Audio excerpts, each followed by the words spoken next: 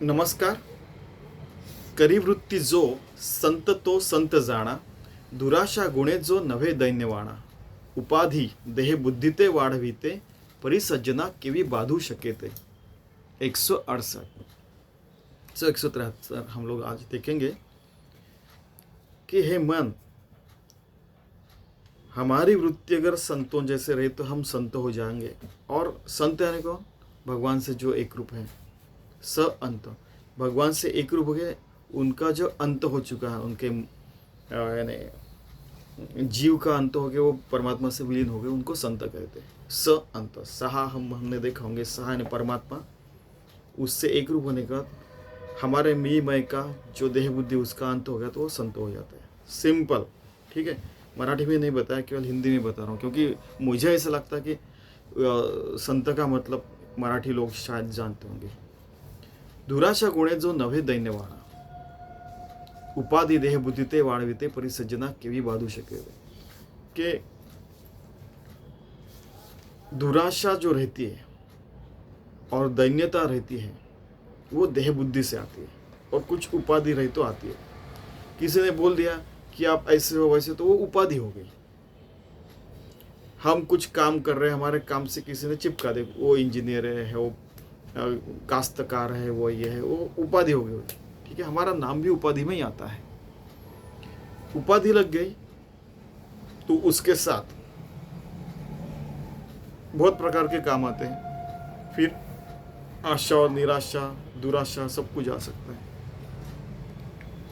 इसीलिए अगर हमारे देह बुद्धि का अंत हुआ तो हमें ये आशा निराशा बाध नहीं कर सकते, बांध के नहीं रख सकती और बाध्य भी नहीं होती. हम उसके परे जाके रह सकते. ठीक है. और हे मन, आपको ऐसा करने का है. ऐसा है ना, समर्थ रामदास समझा के बता रहे हैं. नसे अंत अनंत संताप उसावा, अहंकार विस्तार हा निरसावा. गुणे विण निर्गुण तो आठवावा, देह बुद्धीचा आठवू नाठवावा. 169. नसे अंत अनंत संताप उसावा, कि जो अनंत कोटि परमात्मा है उसका कोई अंत नहीं है. और ऐसे अनंत को संत जो है वो हरदम उसको पूजते रहते हैं. और अपना जो अहंकार है, हम अहंकार इतना बड़ा कि हमारा ब्रह्मांड से बड़ा हो जाता है, तो वो छोटा करना चाहिए. देह बुद्धि तु दासोम, जीव बुद्धि तु वंश, आत्मबुद्धिया तुम्हें हम. ऐसे परमात्मा से एक रूप होके हमारा सारा कर्म होना चाहिए. जो निर्गुण परमात्मा जो है, उसको आठवां यानी उसका स्मरण रहना चाहिए कि अरे हर जगह परमात्मा है, ये चीज़ वो चीज़ हर चीज़ भगवान से बनी हुई है. वो भगवान निर्गुण परमात्मा जिसको कोई आकार नहीं. तो फिर पता चलता कि अरे वो कितना बड़ा है. बचपन की यादें सबको रहती कि हम लोग सोचते हैं कि अच्छा इतना बड़ा विश्व है, उसके परे क्या है, फिर उसके परे दूसरा विश्व, उसके परे क्या, उसके परे क्या, उसको तो कोई अंत ही नहीं. फिर पता चलता है अरे हम तो कितने छोटे से उनके सामने, अपनी पृथ्वी कितनी छोटी से. अगर आप एस्ट्रोनॉमिकल स्केल देखिए, हमारी सूर्यमाला अगर इतनी बड़ी है, उसमें कितने से छोटे छोटे टिम्ब जैसे, हमारे बिंदु जैसे हमारे सारे ग्रह हैं. और इतना सारा 99.999999% तो आकाश ही भरा हुआ है. उसमें फिर हम, और उसमें भी हमारे कितने सारे चीज़ें होते रहती है. अहंकार का विस्तार क्या तो कोई पता नहीं. जैसे हम लोग पृथ्वी माता पे रह रहे तो हमारे युद्ध होते रहते हैं, झगड़े होते रहते हैं, इतने सारे धर्म निकले, इतनी सारी जाति पाति क्या क्या क्या क्या रहता है, वो होते रहता है. हम यहाँ पे जो करेंगे, एक बार हम लोग सोच रहे थे अगर चांद पे जाके क्या करेंगे, जो यहाँ करे वो वहीं पे करें, वहाँ पे भी वही करेंगे ना फिर. तो इसलिए अगर अहंता को कंट्रोल करके रखा मानव जाति ने तो अच्छा होगा, नहीं तो फिर शायद खुद ही एक दूसरे का डिस्ट्रक्शन कर डालेंगे. एटम बम्स डाल के, एटमी युद्ध करके, पता नहीं. अहंकार का विस्तार तो कुछ भी हो सकता है. गुणे विण निर्गुण तो आठवा, बिना गुण वाला जो है, यानी हमको सद्गुणी बनने का है, उसके बाद में हमें परमात्मा के सद्गुण दिखेंगे, और फिर गुणों के परे जाके वो निर्गुण परमात्मा से एक रूप होने का है। उसके कारण क्या होगा, देह बुद्धि आठवां कि देह बुद्धि हम कितना भी सोचेंगे तभी हमें याद नहीं रहेगी। हम लोग हमारा काम अच्छा करते रहेंगे।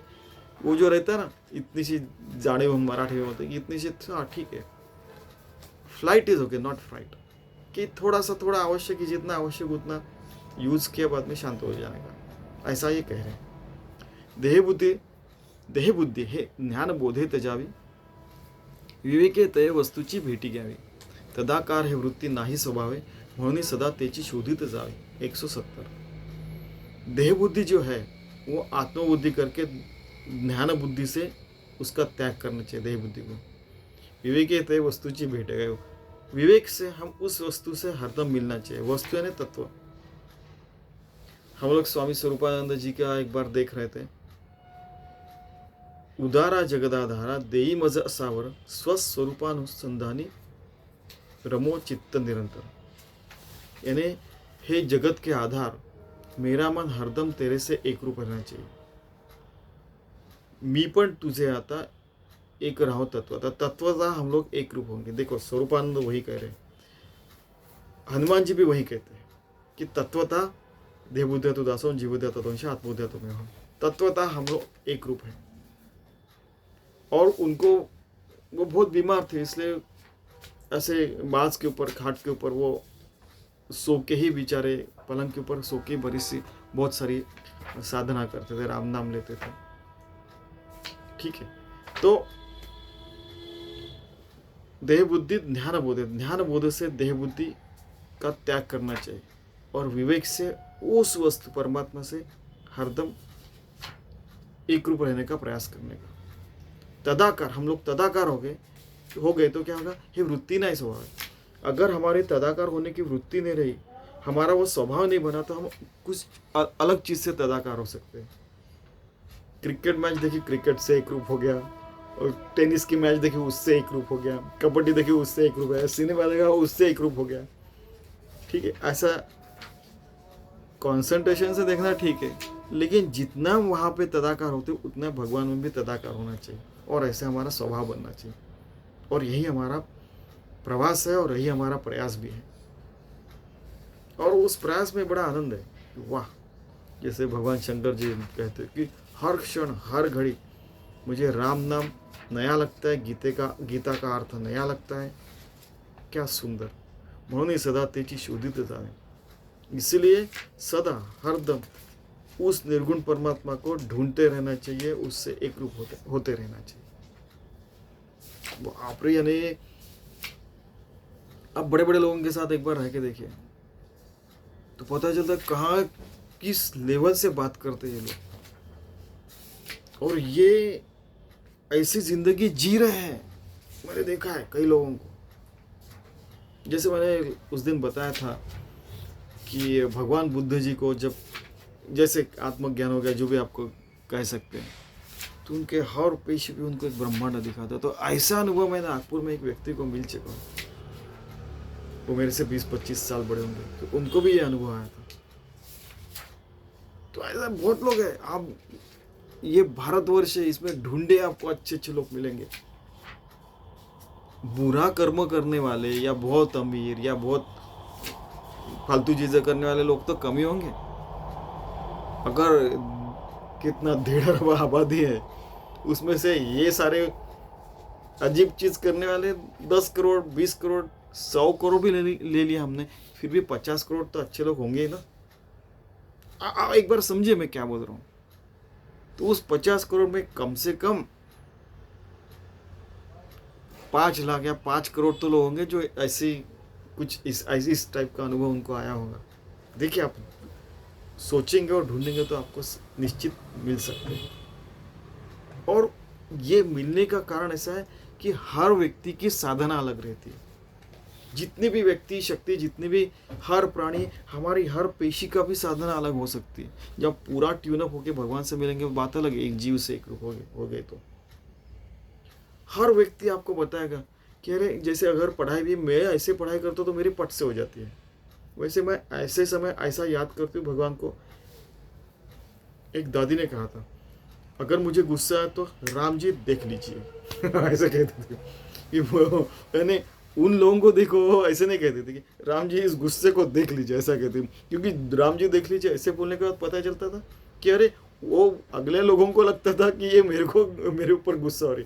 फिर उन्होंने अपना शब्द मॉडिफाई किए, राम जी मेरे गुस्से को संभालना, ऐसा फिर उन्होंने बोलना शुरू कर दिया। फिर लोग हंसने लगते थे। अच्छा, दादी माँ को गुस्सा आ रहा है, ठीक है। फिर वो शांत हो जाते थे हंसते हंसते। यानी विवेक येते वस्तूची भेट घ्यावी, ऐसे हम उस वस्तु की भेंट हरदम ले सकते हैं। और तदा का वृत्ति नहीं स्वभाव, अगर स्वभाव नहीं तो वो स्वभाव बनाना चाहिए और हरदम उस परमात्मा को ढूंढते रहने का, हर क्षण हर घड़ी हर कर्म में। अरे वाह, मैंने तो सोचा भी नहीं था ऐसा हो गया। ऐसे सामने आके एक छोटा सा पंछी आया, ट्यू ट्यू ट्यू ट्यू करने लगा, बड़ा सुंदर आवाज।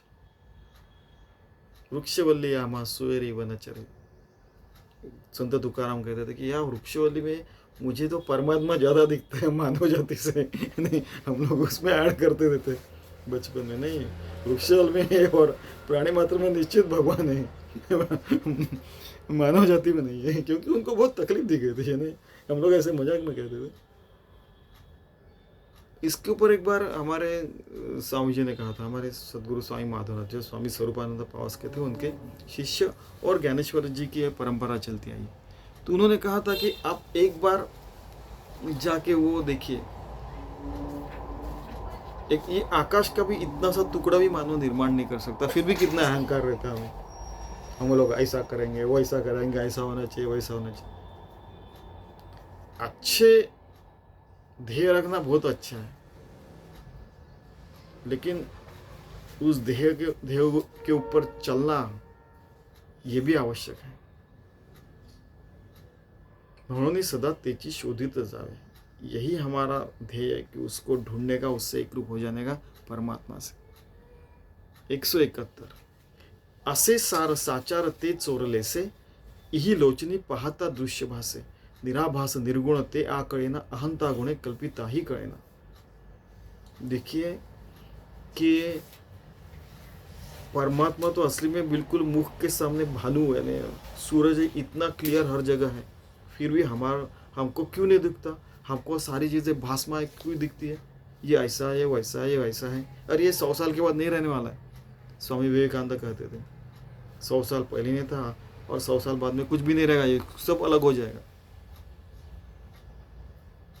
हमें हमारे लोचन से, आंखों से, चक्षु से क्यों नहीं दिखता? क्योंकि हमारी चक्षु को हमने वैसा ट्यून अप नहीं किया है, तो हमें वो करना चाहिए। निराभास निर्गुण ते आकलन, कि जो निर्गुण निराकार परमात्मा हर जगह है, वो हमें आकलन क्यों नहीं होता है? क्योंकि अहंता गुणे कल्पिता ही, हमारे मन में अहंता रही, हम बहुत सारी कल्पनाएं कर रहे हैं, अब ये करेंगे, वो करेंगे, ऐसा है, वैसा है, उसके कारण हमको समझता नहीं है। ये सारे ये करेंगे, वो करने का है। अगर झाड़ू मारना तो झाड़ू मारने का है, रोटियां पकानी है तो पकानी है, पढ़ाई करनी है तो करनी है, काम करना है तो करना है, किताब लिखने मुझे तो लिखने का है, ठीक है, मुझे पढ़ाना है तो पढ़ाना है, वो काम है करने का। उसकी कल्पना क्या है? वो भगवान ने हमें काम दिया वो करने का और भगवान को समर्पित करने का, खत्म। इतनी छोटी छोटी चीजों की अहंता रहती है, आपको तो पता है। हम कई बार वही कहानियां बहुत बार दोहराते। वैसे तो ऐसे अरबों कहानियां बताऊंगी, अगर दिन में 2 कहानियां सुनते होंगे बचपन से, ठीक है, दादी माँ, नानी माँ, सबसे सुनते सुनते, अगर आज 50 साल का होऊंगा, अगर 2 साल का था तब से सुन रहा हूँ, 48 साल से अगर मैं सुन रहा हूँ, तो कितने हो गए? 50 साल से सुन रहा हूँ, ले लो 50 दूने 100, ठीक है, और उसमें 365 ऐड कर दीजिए, तो लाखों कहानियां सुन चुके। लेकिन उसमें जो कहानी हमें भाती है, जिससे हम भगवान से एक रूप हो सकते, उसको असली कहानियां, उसको ही हम लोग हरदम एनेक्टोड करके देते, कि रेफरेंस करके देते। आपको पता नहीं कि अहंता कब और कैसे किसको आ सकते, पता नहीं।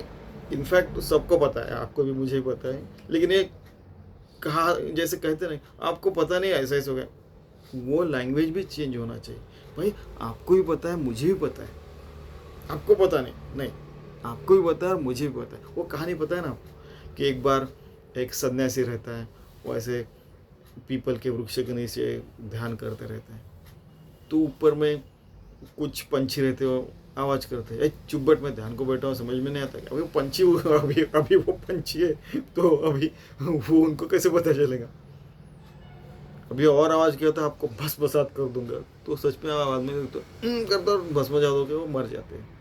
ठीक है, बाद में 1-1.5 घंटा ध्यान को बैठते हैं। फिर आपको तो पता है उस समय माधुकरी भिक्षा मांग के 7 घर में 5 घर में ऐसे विविध प्रकार से वो भिक्षा मांग के अपना वो सन्यासी ज़िंदगी गुजारते थे और जंगल में ही रहा करते थे, पेड़ के नीचे वगैरह, एक कपड़ा ओढ़ के सोते थे, वही उनका बसेरा रहता था।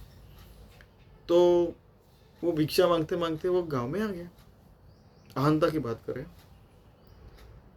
तो पहला घर हो गया, दूसरा, तीसरा, चौथे घर में आए, ऐसे एक टाइप का, नहीं मैं ऐसे एग्जाम्पल करके बता रहा हूँ। तो उस समय घर ऐसे रहते थे कि सामने के दरवाजे से पहली रूम, दूसरी रूम, तीसरी रूम, और बिल्कुल पीछे में वो कुआं भी दिखता था जहाँ से पानी निकाल के घर वाले सब ऐसे रहते थे उससे। तो बोला बहुत भिक्षाम दे, उन्होंने बोला। तो अंदर से आवाज आए, सन्यासी जी रुकिए, मैं अपने पति की सेवा कर रही हूँ, मैं पतिव्रता हूँ, पति की सेवा कर रही हूँ, उनको बुखार है, वो मरणासन्न अवस्था में, रुके मैं आ रही हूँ, और आपके लिए अच्छा खाना पकाया आज मैंने। तो ये सन्यासी रुकता है, फिर 5 मिनट उनका सब बराबर करके फिर भी नहीं आई, भगवती भिक्षाम दे, जोर से चिल्लाता है, आ रही हूँ, और 5 मिनट का आ रही हूँ, और वो फिर से चिल्लाता है, भगवती भिक्षाम दे। समझता नहीं क्या, सन्यासी द्वार पे आया और आप उसको खाना नहीं खिला रहे, अतिथि देवो भव, आपको समझता नहीं क्या, ऐसा पूछते ही वो कह दे। वो सन्यासी भी बच्चा ही था, वैसे ज़्यादा बड़ा नहीं था। तो वो सुगृहिणी बाद में वो जो खाना का जो भी है लेके आती है, उनको देती है। सन्यासी जी, ये आपका आज का खाना। इतना देर क्यों लगा उन्होंने, माता जी उसने पूछा, क्या हो गया, आपको गुस्सा है? हाँ मैं आपको ही, रुकिए, आपको ही बोलता हूँ उन्होंने, रुकिए आप मुझे भस्मसात करने के लिए, मैं वो चिड़िया नहीं, वो पेड़ के ऊपर बैठी हुई, वो ऐसे देखते, आपको कैसे पता चला? समझ में आया ना? कई बार ऐसे होता है कि बड़े बड़े लोगों को लगता है कि हमको ही सब कुछ आता है, हमको कुछ समझता है, हम इसका खाना दाना पानी सब हम ही चला रहे हैं, बराबर है क्या? वो सन्यासी को जैसे अहंता हुई थी, उन्होंने पूछा कि आप तो गृहिणी है, हम तो सन्यासी, सन्यासियों को सारा ज्ञान होना ठीक है, लेकिन आपको कैसे पता चला? तो उन्होंने बोला कि आपको क्या लगता है कि केवल सन्यासी होने के बाद ही आपको ज्ञान आ सकता है? पतिव्रता जो स्त्री थी उसको भी ज्ञान आ सकता है। वैसे देखा जाए तो ये बड़ा कोई चमत्कार नहीं है। देखिए, यानी छोटी छोटी चीजों की भी अहंता रहती है, और जब अपने हाथ में सत्ता आ गई, अपने हाथ में अगर पांडित्य आ गया, अपने इसमें पैसा आ गया, तो आप देखिए क्या क्या करते लोग। सामान्य लोगों को पूरा दबा डालते, पूरा, यानी इतने सारे युद्ध चल रहे, देखिए केवल अहंता के कारण। हमारे बिजनेस चल रहे चाहिए, परंपरागत हमारा ही व्यवसाय चलना चाहिए, परंपरागत हमारा ही सबके ऊपर राज रहना चाहिए। ये सारी चीज़ें जो रहती है, ये सारी अहंता जो है, आप देखिए, ये भारत का, हम लोग फिलहाल भारत की बात नहीं कर रहे, लेकिन अगर भारत में भी होगा तो पता नहीं, लेकिन आप देखिए वहाँ पे 100 देशों में युद्धजन्य परिस्थिति, अभी 2-4 युद्ध तो चल ही रहे, केवल अहंता के कारण।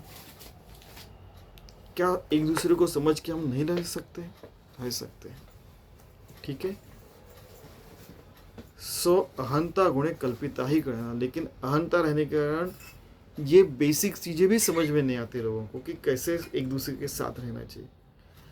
फिर भगवान का नामस्मरण, परमात्मा से विलीनीकरण, योगी होना, भक्त होना तो दूर की बात होगी। कभी कभी समर्थ रामदास से तलवार निकाल के बात करते। स्फुरे विषयी कल्पना ते अविद्या, स्फुरे ब्रह्म रे जाणा जाण माया सुविद्या, मुळी कल्पना दो रूपे तेची झाली, विवेके तरी स्वस्वरूपी मिळाली। हमें स्फुरण होता है अविद्या का, मुझे ये करना है, वो करना है, ऐसा करना है, वैसा। जो बच्चे रहते ना, है मुझे अभी खेलने को जाना है, ठीक है, बच्चों का ठीक है, लेकिन आप बड़े हो गए, आपके अंदर में ऐसी अविद्या जागृत होती है। अगर विषय की कल्पना है कि मुझे ये खाना है, वो खाना है, ऐसा करना है, वैसा करना, तो अविद्या है। आवश्यकता की बात नहीं कर रहे हम लोग, हम नीड बेस्ड की बात नहीं कर रहे, हम लोग ग्रीड की बात कर रहे हैं कि जितना आवश्यक है उतना खाना ठीक है, उसके ऊपर खाना उसको अविद्या कहते हैं। उसके ऊपर सोचना वो अविद्या में आता है। ऑफिस के काम में बहुत सारी चीज़ें सोचनी पड़ती है, तो वो अविद्या में नहीं आती। जितना आवश्यक है ऑफिस में भी उतनी आवश्यक बातें करके आवश्यक निर्णय लेके इम्प्लीमेंट करना, उसको अविद्या नहीं कहते। लेकिन उसके परे फिर जाके पार्टी मनाई, अपेयपान, अभक्षभक्षण किया, उसको अविद्या कहते हैं। हमारी कल्पना भी अच्छी होनी चाहिए कि अभी मैं मंदिर में जाऊंगा, फिर नमस्कार करूंगा, फिर ऐसे होगा, मैं चल रहा हूँ भगवान की प्रदक्षिणा ही कर रहा हूँ अगर पूरे ब्रह्मरे जान माया सुविद्या। अगर हमें ब्रह्म तत्व का स्फुरण होता है तो वो एक उसको सुविद्या कहते हैं। अगर फालतू चीज़ों की हमें कल्पना आई तो ये माया के राज्य में आते हैं, ठीक है। वो उस फंदे में हमें पढ़ने का नहीं, ठीक है। मुळी कल्पना दो रूपे तेची झाली, विवेके तरी स्वस्वरूपी मिळाली। जब कल्पना आती है मन में, कुछ तो भी हमारा विचार है, तभी हम भगवान से टूट जाते हैं। असली देखा जाए तो मन में कुछ भी नहीं रहा और आनंद में रहे और बाद में मन में कुछ भी नहीं आया, तो वो हम भगवान से एक रूप है, ऐसा समझने का। नहीं तो मैं सोच नहीं रहा हूँ भाई, अरे बाबा पढ़ाई कर सोचना मत। बच्चे तो आपको पता है बड़े स्मार्ट रहते। नहीं मैं कुछ सोच रहा हूँ, बस सिर्फ बैठा हूँ। अरे सोचने की वो बात तो बाद में कर, पहले जाके पढ़ाई कर और पास हो जा और आगे बढ़। ठीक है। मुझे कल्पना दो रूपे तेची सारी कल्पना है तो दो रूप हो जाते हैं, मैं अलग और भगवान अलग, ठीक है। विवेक के तरी स्वस्वरूपी में। जब हम विवेकता से रहते हैं तो पता चलता है कि अरे मैं और भगवान कुछ अलग नहीं है। हर व्यक्ति और हर शक्ति को ये अनुभव आ सकता है। ये मैं नहीं कह रहा हूँ, ये समर्थ रामदास कह रहे हैं। विवेक के तत्तरी स्वस्वरूपी में, तब हम भगवान से एक रूप हो जाते हैं और हम भगवान का ही कार्य करने लगते हैं। हमारी जिंदगी भगवान में हो जाती है और भगवान के कार्य में रत हो जाती है। कितना सुंदर, ठीक है। स्वामी स्वरूपानंद जी कहते थे कि पावस के रत्नागिरी में पावस नाम का एक जगह, वहां पे वही रहते थे। हमने देखी वो उनकी कहानी। बीमार रहते थे फिर भी वो स्वरूपानंद अवस्था तक गए। इमेजिन कीजिए कि वीक रहने के बाद भी उन्होंने उस अवस्था तक गए, ठीक है। स्वरूपी उदेला अहंकार राहो, तेने सर्व आच्छा दिले व्योम पाहो, दिशा पाहता ते निशा वाढत आहे, विवेके विचारे विवंचुनी पाहे। 173 बोलिए कि अगर हमारे मन में स्वरूप का उदय हुआ तो अहंकार नीचे चला जाएगा, अंधेरा नीचे चला जाएगा, व्योम अंधेरा, निशा ने रात, ऐसे जो बुरी चीजें उनका अंत हो जाएगा। और अगर स्वरूप का उदय नहीं हुआ हमें तो अहंता का उदय होगा, तो फिर अंधकार, बुरी चीजें हमारे मन में आते रहेगी और हमारा पूरा जीवन नष्ट हो सकता है बुरी चीजों में। इसीलिए विवेकी विचारे विवंचुनी चाले, विवेकता से चलना चाहिए, विचार करके चलना चाहिए। विवंचुनी यानी पूरा ऐसा एनालिसिस करके ये चीज़ें अच्छी, ये बुरी है, बुरी चीज़ें फेंक के हम लोग ऐसे शूर से तलवार की धार के ऊपर से चलते हम भगवान से हर क्षण हर घड़ी एक रूप रह सकते हैं। तो फिर आपको एक वो भी कहानी बताया मैंने कि नहीं मैं भगवान से एक रुपये में मेरा नाम संकीर्तन अंदर बराबर चल रहा है। तो क्या हो गया कि हम लोग ऐसे सारे लोग एक बार कहीं गए, तो सबसे छोटा बच्चा था हमारे इस पे, हमने ऐसे हाथ ऊपर करके आम तोड़ लिया था। उस समय यानी पूना में जैसे जैसे सिंहगढ़ और रायगढ़ वगैरह जो है, उस जगह में एक दिन में जाके शाम को आने का ऐसा हम कर सकते थे, यानी 4-5 घंटे में भी कर सकते हैं, उस समय की बात है। तो बोला सबसे छोटा था, बोला कि नहीं मैं ऊपर चढ़ के आम तोड़ूंगा फिर वहाँ पे खाऊंगा वगैरह, उसने बोला। वो पेड़ के ऊपर चढ़ा, धप्प से नीचे गिरा। नहीं नहीं नहीं, मेरा अभी भी मेरा अनुसंधान चल रहा है, मेरा नामस्मरण चल रहा है, हाँ कर रहा है वो। देखिए बचपन में ही अगर ये आदतें अच्छी लग गई और पता चला कि जिंदगी ऐसे है, जिंदगी में ये ठोकरें खानी पड़ती है, तो अच्छा रहता है कि अच्छा ऐसा हो रहा है क्या, अच्छा पता चल जाता है। कभी कभी हर किसी का यानी पेशेंस टूट सकता है, पेशेंस लेकिन कभी कभी पता रहना भी अच्छा रहता है कि ज़िंदगी में हम लोग अभी बच्चे हैं, फिर थोड़ा यंग हो जाएंगे, फिर मिडिल एज के हो जाएंगे, फिर बूढ़े हो जाएंगे, फिर हमारा भी अंत होने वाला है। ये सारी चीज़ें बचपन में पता चली तो अच्छा चलता है, ठीक है। तो अच्छी बुरे, ऊंच नीच, जिंदगी में ऊंच नीच इन द सेंस ऊंचाई और नीचाई आ सकती है, कुछ भी हो सकता है, लेकिन हम हमारे भगवान की साधना रत रहे तो वो जो रहता है ना, इम्पैक्ट ज़्यादा नहीं पड़ता है। क्या भगवान अच्छा ठीक है, ये प्रसंग मेरे ऊपर क्यों आया, विवन चुनी चाले की बात कर रहे हैं हम लोग, विचार करते यार कि एक बार क्या हुआ है, घटी हुई घटना है, और ऐसे 3 लोगों के साथ पहले हो चुका है, मैं बता रहा हूँ कि, और उसका वे क्रिश्चियन थे, तो क्रिश्चियन रहे तो क्या हो गया, उनका भी भगवान के ऊपर विश्वास रहता है ना उनके। एक बार क्या होगा कि एक आदमी अपनी कार की भूल गया एरोप्लेन के पास जाने के लिए, और उसका विमान था, और अचानक कोई रास्ता इधर का बंद किया तो उसके घर के रास्ते के ऊपर पूरा ट्रैफिक हो गया, उसकी कार अटक गई। वो अगर दौड़ के भी जाता है 50 मील, तो वैसे तो उनके यहाँ पे 1 घंटे में पहुंच जाते हैं, बड़े बड़े रास्ते हैं ना वहाँ पे इधर वाले रास्ते 8 और इधर वाले आने के 8, इतने बड़े बड़े रास्ते वहाँ पे, कभी 4 कभी 2 भी रहते, लेकिन वो जिस मार्ग पे था वहाँ पे 4 रास्ते थे ऐसे जाने के, वो 4 के 4 ब्लॉक, वो पहुँच नहीं पाया, उसका विमान उसको मिला नहीं। और जब वो एयरपोर्ट पे पहुंचा तो उसका विमान नीचे गिर चुका था, बाकी सब लोग मर चुके थे। तो बोले, फिर उसने सोचा कि मेरी गाड़ी की चाबी अंदर रह गई, मैं अंदर चाबी लाने गया, उस समय यहाँ पे ट्रैफिक हो गया, इसलिए अटक गया। ऐसे ही कई बार ऐसे होता है कि हमें लगता है कि मुझे 1 करोड़ रुपए क्यों नहीं मिले, कि बच्चों की बातें कर रहा हूँ, मुझे 1 करोड़ क्यों नहीं मिले, क्योंकि भाई आपके पास आता ऐसा कुछ हो सकता था। कभी कभी ऐसा लगता है कि यार मैं बहुत बार सेकंड मेरिट आया हूँ, फर्स्ट कभी नहीं आया, फर्स्ट मेरा नंबर बहुत कम आया, ठीक है। तो यार ये सेकंड क्या प्रकार है मुझे पता नहीं चला।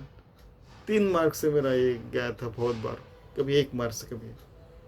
तो बाद में पता चला कि अगर मैं पहला आ जाता तो यस, मेरे जितना इंटेलिजेंट कोई नहीं, ऐसा मुझे हो सकता। एक मैं मेरी खुद की कहानी बता रहा हूँ, वो आदमी की भी बताई। वैसे एक बार क्या हुआ कि मेरे दोस्त के साथ भी ऐसे हुआ था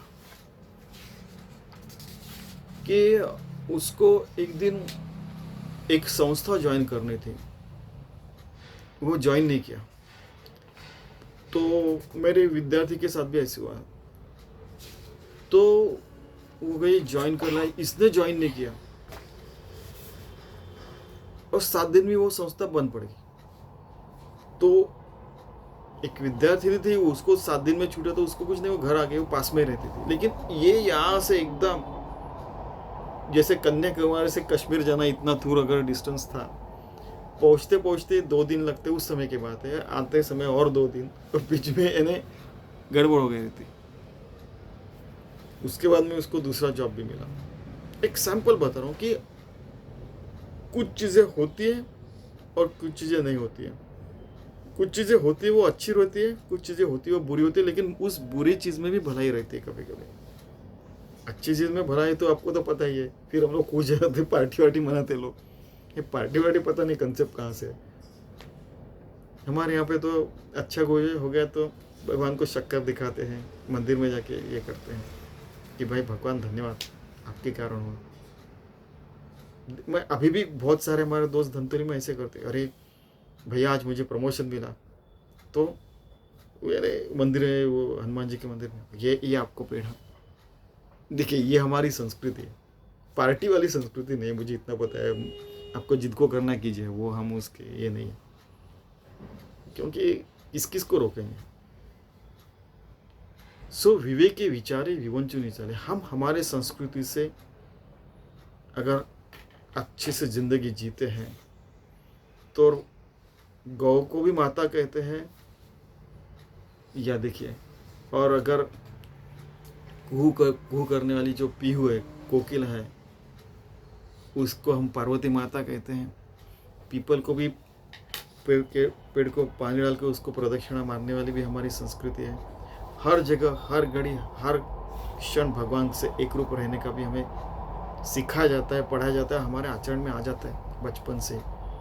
इतने सारे त्यौहार है, गणेश का फेस्टिवल 10 दिन तो कैसे गुजर जाते पता ही नहीं। सारे मिलजुल के रहते हैं, कोई जाति पाति धर्म फिर्म कुछ नहीं रहता, सब एक साथ रहते हैं। बड़ी अच्छी भारतीय संस्कृति है। आप सोचिए कि गणेश फेस्टिवल की बात निकले तो वो जो आरती रहती है उसमें पता चलता है कि वो आरती में भी सब कुछ, जो आरती करते हैं भगवान, उसमें भी सारा बोध दिया रहता है। और जाने अनजाने में हम लोग भगवान का नामस्मरण करते रहते हैं और हम उससे एक ग्रुप भी होते रहते, पता भी नहीं चलता। वो पता रहना चाहिए और फिर पता करके अच्छी ज़िंदगी जीनी चाहिए। ये विवन चुनी चाले का मतलब है। विवेक के विचार विवन चुनी पाए। खाना पकाना भगवान के लिए, भगवान का प्रसाद, चलना भगवान को प्रदक्षिणा, ऐसे करते करते धीरे धीरे हम उसी मार्ग पे चलते हैं जहाँ पे हमें भगवान मिल सकता है। ठीक है, तो ऐसी सुंदर जिंदगी जीने का हम प्रयास करते हैं जिसके कारण हम हमारे स्वरूप से एक रूप हो जाए, जो समर्थ रामदास हमें बता रहे हैं। चलिए, धन्यवाद।